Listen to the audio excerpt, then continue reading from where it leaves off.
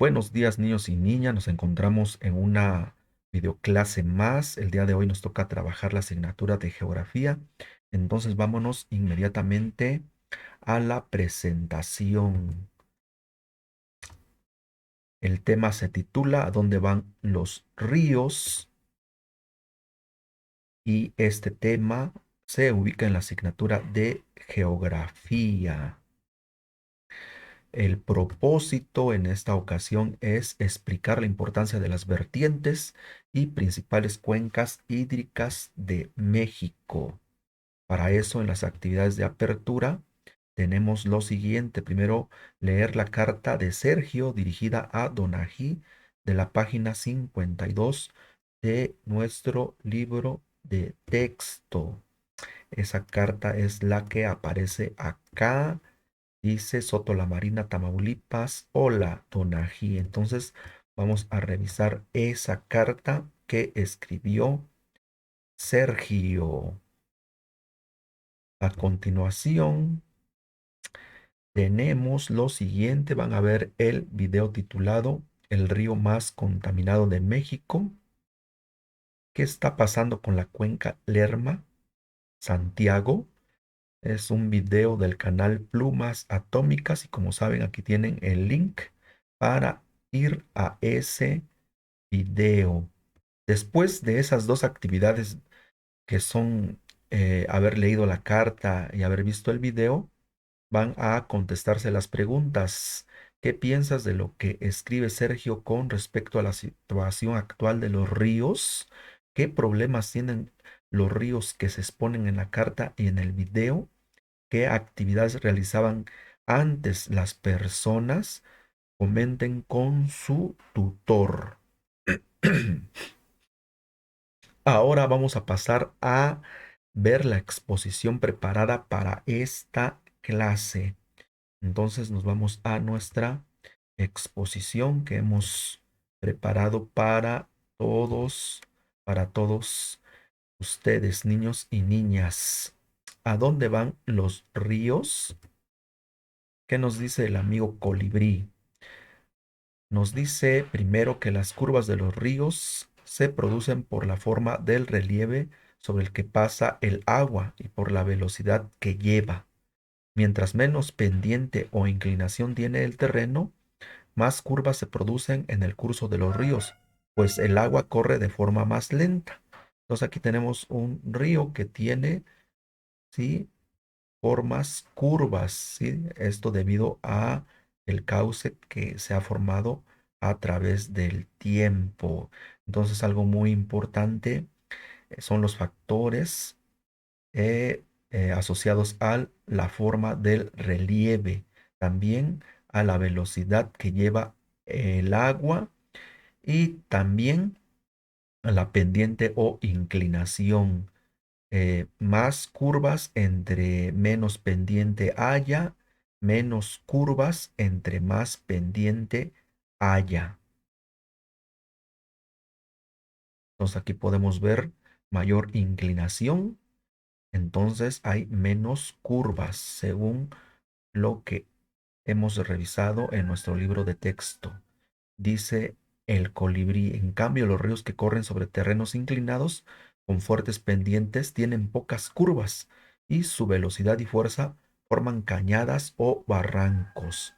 Es decir, la fuerza con que baja el agua desgasta mucho más, forma barrancos o cañadas. Ahora, la dirección y velocidad con la que se mueve un río depende del relieve. En efecto, cuando el agua de la lluvia cae sobre las montañas, la inclinación del terreno provoca que corra rápidamente hacia el valle, formando cauces. Entonces, eso es lo que ya comentábamos, ¿sí? Que dependiendo de si el río tiene muchas pendientes o inclinaciones, el cauce va a ser mucho más profundo o ancho, ¿sí? Dependiendo de la forma del relieve. Y bueno, el agua de los ríos finalmente llega o desemboca en un lago como el lago de Pátzcuaro en Michoacán, en una laguna como la que vemos aquí en la foto, pertenece o es de las lagunas de Chacagua en Oaxaca, o en el mar, en este caso tenemos el mar de Cortés, eh, localizado en una extensión del Océano Pacífico, también se le conoce como Golfo de California, y se sitúa en la península de California y abarca los estados de Sonora y Sinaloa. Cuando muchos ríos pequeños se juntan, forman un río principal en un lugar donde el relieve es más bajo. ¿Sí? El río principal es el que recibe la mayor cantidad de agua y la lleva hasta la desembocadura. Entonces, eh, muchos pequeños ríos o varias afluentes forman un río mayor. Ahora, dato interesante. El río Usumacinta, cuyo nombre se traduce como lugar de monitos, es un río que se forma en las partes altas de la Sierra Madre, específicamente en el departamento de Totonicapán, en Guatemala, y desemboca en el Golfo de México.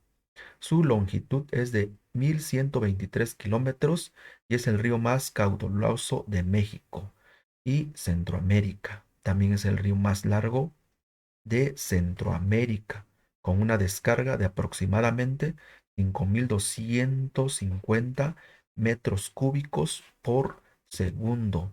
Y bueno, aquí hemos recuperado una vista de Google Maps para mostrar dónde se ubica el río Usumacinta. Entonces aquí podemos ver cómo nos va ubicando esta herramienta. Y como nos o leíamos en el texto, ¿sí? Se origina en Guatemala y vamos a ir hacia allá, vamos a seguir su cauce, ¿sí? Desde acá, aquí dice Guatemala, nos vamos viendo, lo vamos siguiendo.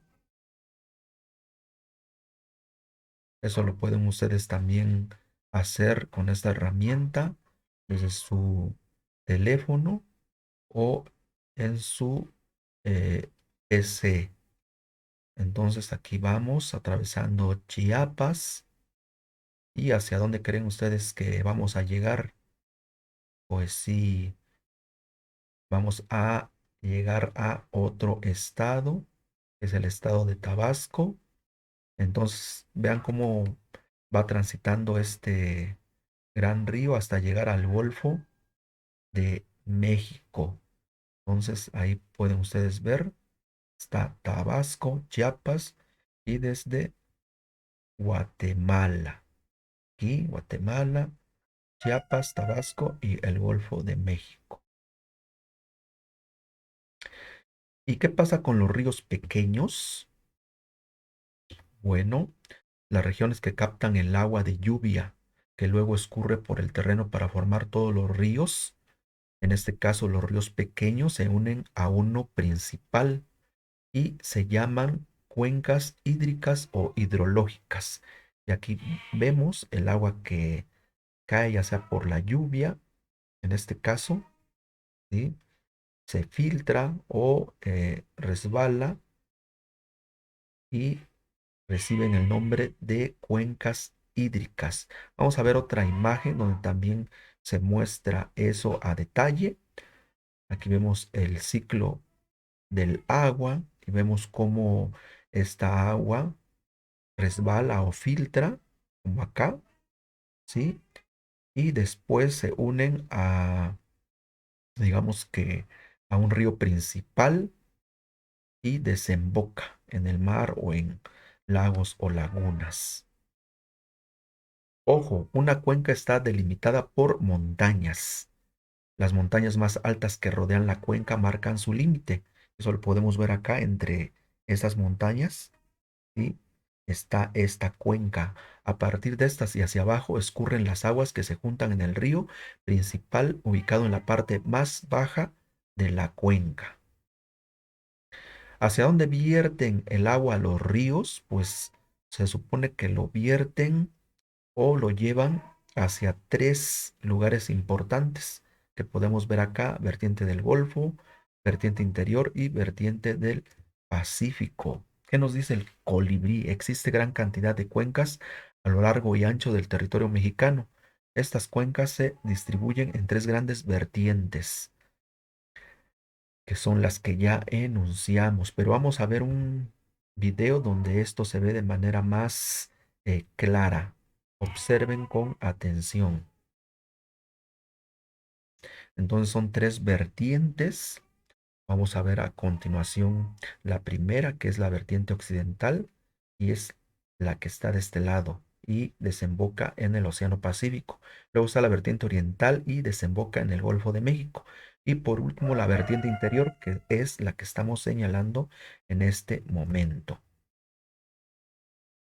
Nos dice el colibrí: la vertiente es una gran porción de terreno con una inclinación que sigue la misma dirección general. Contiene varias cuencas que recogen las aguas que se depositan y vierten el agua de los ríos en el mar o en los lagos que hay en el territorio. Entonces, pueden revisar este video varias veces para checar, para aclarar dudas. Con eso llegamos a el fin de esta pequeña exposición y vamos a continuar con nuestro Mapcoin virtual. ¿Qué sigue, pequeño Mapcoin? Pues de ahí nos vamos a las actividades de desarrollo número 1 y primero van ustedes a leer los textos de las páginas 53, 54, 55, 56 y 57. Y van a prestar mucha atención a los siguientes elementos para conocer cómo se relacionan. Son elementos centrales y tendrán ustedes que ir viendo cómo se relacionan, cuál es la forma en la que interactúan, por qué uno con otro, eh, digamos que se explican, ¿sí? Porque esto les va a servir para realizar un trabajo que vamos a describir más adelante. Los elementos son el papel del relieve en la formación de un río, eh, el río principal y su desembocadura, la relación entre el ciclo hidrológico y las cuencas hidrológicas, las vertientes y su conformación por las cuencas hídricas. Entonces, es muy importante checar ese asunto, todas esas discusiones, ver cómo se llevan, cómo se relacionan, por qué están ahí presentes. Después van a observar el video que abunda sobre los elementos anteriores y es del canal de Alejandra Videos Explicativos. Y aquí está el link a ese video para que ustedes sigan profundizando sobre las actividades de desarrollo 1. De ahí nos vamos a las actividades de desarrollo 2. Y para que no se haga muy largo este video, vamos a hacer un corte técnico ahora.